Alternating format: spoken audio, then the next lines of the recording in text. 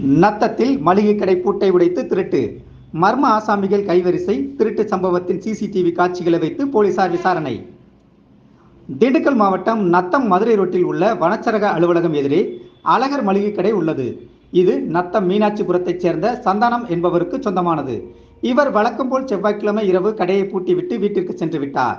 இதையடுத்து புதன்கிழமை காலை கடையை திறக்க சந்தானம் சென்றபோது கடையின் பூட்டு உடைக்கப்பட்டிருப்பது கண்டு அதிர்ச்சியுற்றார். உடனே கடைக்குள் சென்று தான் கடையில் வைத்திருந்த பணம் ரூபாய் 1,75,000 பார்த்தபொழுது அந்த பணம் திருடிச் சென்றது தெரிய வந்தது. இதுகுறித்து நத்தம் காவல் நிலையத்திற்கு தகவல் தெரிவிக்கப்பட்டதை அடுத்து சம்பவ இடத்திற்கு வந்த போலீசார் விசாரணை செய்தனர். அங்கு பொருத்தப்பட்டிருந்த சிசிடிவி கேமரா பதிவுகளை பார்த்தபோது 2 மர்ம நபர்கள் கடையின் உள்ளே நடமாட்டம் இருப்பதும் அவர் கல்லாப்பெட்டியில் உள்ள பணத்தை திருடியதும் தெரிய வந்தது. இதைத் தொடர்ந்து சிசிடிவி கேமரா பதிவை கொண்டு திருட்டில் ஈடுபட்ட மர்ம நபர்கள் குறித்து நத்தம் போலீசார் விசாரணை செய்து வருகின்றனர்.